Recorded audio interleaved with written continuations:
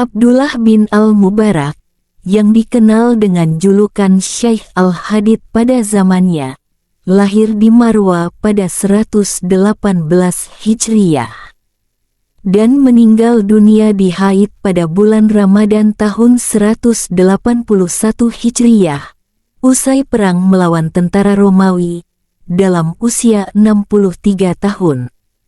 Beliau adalah seorang hafiz penghafal Al-Quran, mujahid, pengusaha, dan penjelajah.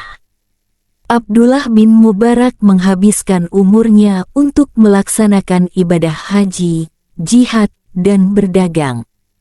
Karena itu, beliau dikenal dengan Al-Safar, orang yang sering melakukan perjalanan. Gelar Abdullah bin Al-Mubarak cukup banyak, di antaranya Al-Hafiz, Syekh Al-Islam, Fakhr Al-Mujahidin, dan pemimpin para ahli zuhud. Ayahnya berkebangsaan Turki dan ibunya dari Khawarizm Persia. Sejak kecil, Ibnu Mubarak dikenal sebagai anak yang jenius dan memiliki daya ingatan yang kuat. Sakar, teman dekat Ibnu Mubarak, menceritakan bahwa ia dan Ibnu Mubarak adalah teman sekolah yang sama-sama menghafal Al-Quran.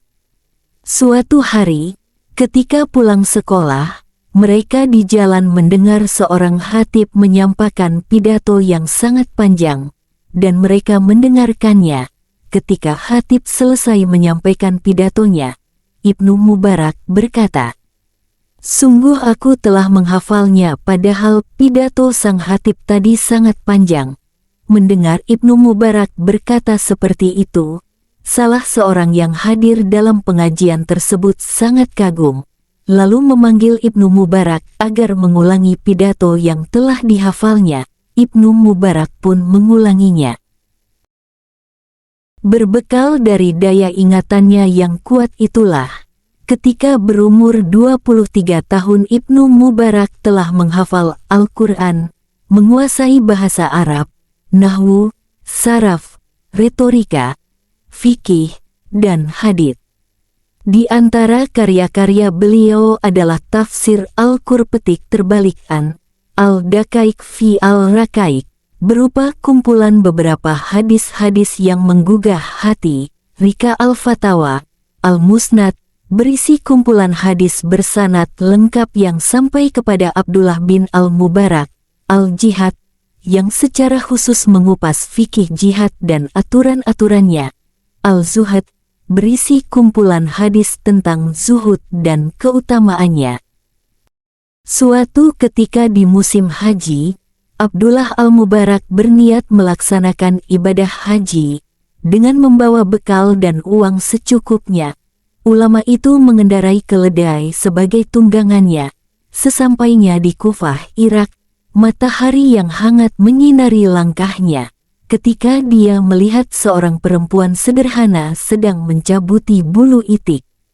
Setelah melihat perempuan itu, beliau segera menghampiri dan bertanya kepada perempuan tersebut tentang apa yang sedang dilakukannya. Abdullah bin Mubarak bertanya apakah itu bangkai atau hasil sembelihan yang halal. Perempuan itu menjawab dengan jujur bahwa itu adalah bangkai yang dimakan oleh keluarganya. Sang ulama tentu saja mengingatkan perempuan tersebut bahwa tindakan itu haram untuk dilakukan. Namun, perempuan itu menjawab sambil mengusirnya. Sang ulama melanjutkan perjalanannya. Namun ada yang aneh, setelah jauh berjalan, akhirnya sang ulama kembali lagi ke tempat perempuan yang sedang mencabuti bulu itik. Hal itu membuat ulama berpikir, kemudian dia bertanya lagi kepada perempuan itu. Perempuan itu berkata bahwa bangkai itik itu akan dimakan oleh keluarganya yang telah 3 hari tidak makan. Dia sudah mencari makanan ke sana kemari, tetapi dia hanya mendapatkan itik yang telah mati. Daripada keluarganya mati kelaparan, lebih baik mereka makan itik mati. Hati Abdullah kemudian bergetar mendengar fakta tersebut. Tanpa menghakimi, Abdullah memberikan nasihat dan lebih dari itu, memberikan bantuan berupa keledai dan segala barang miliknya. Tidak terasa, musim haji berlalu dan Abdullah bin Mubarak masih berada di Kufah. Abdullah pun gagal untuk melaksanakan ibadah haji di tahun tersebut. Begitu tiba di kampung halamannya, Abdullah bertemu dengan kerabatnya yang baru saja pulang dari ibadah haji. Beliau mendoakan para kerabatnya, semoga Allah menerima hajimu dan membalas segala usahamu. Anehnya, mereka juga membalas dengan mengatakan hal yang sama. Semoga Allah menerima hajimu dan membalas segala usahamu. Bukankah kamu bertemu denganku pada saat menjalankan ibadah haji? Para tetangga dan kerabat Abdullah bin Mubarak juga memberikan kesaksian yang sama bahwa mereka bertemu dengannya saat ibadah haji. Padahal, Abdullah gagal menjalankan ibadah haji di tahun tersebut karena sedang berada di Kufah.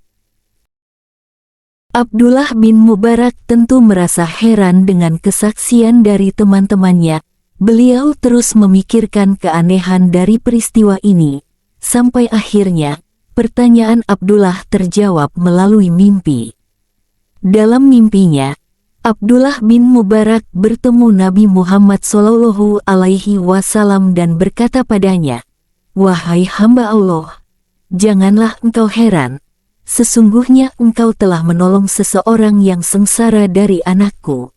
Maka aku meminta Allah agar Dia menciptakan malaikat yang serupa bentuknya denganmu untuk menghajikan kamu." Akhirnya Abdullah al-Mubarak baru memahami kenapa orang-orang melihatnya berhaji padahal dia masih di Kufah. Namun hal itu semua tidak membuatnya sombong, justru dia semakin taat kepada Allah. Kisah Abdullah bin Mubarak tentunya bisa menjadi pelajaran bagi kita semua.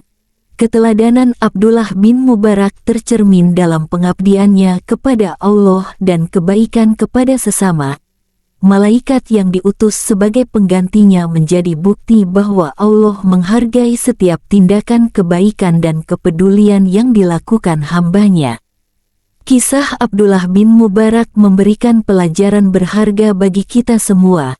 Ia mengajarkan bahwa ibadah bukan hanya terbatas pada ritual, tetapi juga pada kebaikan hati, kepedulian, dan keteladanan dalam tindakan sehari-hari.